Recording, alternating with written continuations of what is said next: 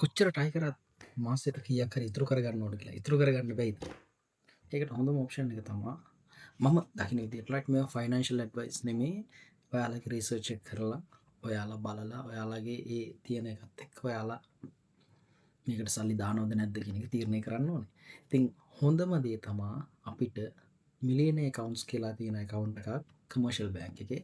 so මේකේ අපි කරන්නේ මාසෙකට ෆික්ස් amount එකක් ඒ බැංක් එකට ට්‍රාන්ස්ෆර් කරන එක. රයිට් අපි ගත්තොත් එහෙම දැනට තියෙන ස්කීම් එක අනුව එයාලගේ තියෙන්නේ monthly deposits තියෙනවා 2 year period එකට. ඒ කියන්නේ අවුරුදු දෙකක් අපි එක දිගට ඒ ගාණ ගෙවන්න ඕනේ.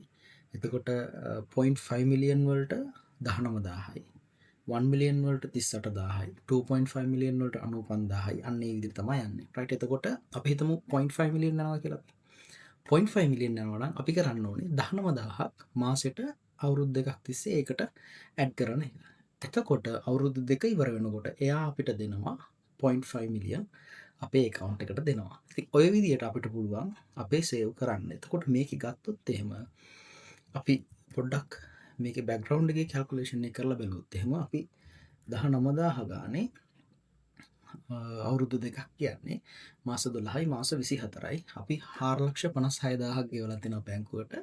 බැංකුවෙන් අපිට දීලා තියෙනවා ලක්ෂ 5ක්.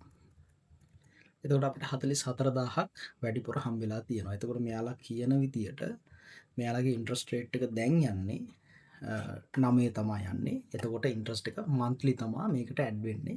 මම මෙතන ලින්ක් එක දාලා තියන්නම් මිලියන් accounts වල කමර්ෂියල් බැංක් එකේ ලින්ක් එක. මම තව මේ වගේ ඉන්ස්ට්‍රුමන්ට්ස් තියෙනවා.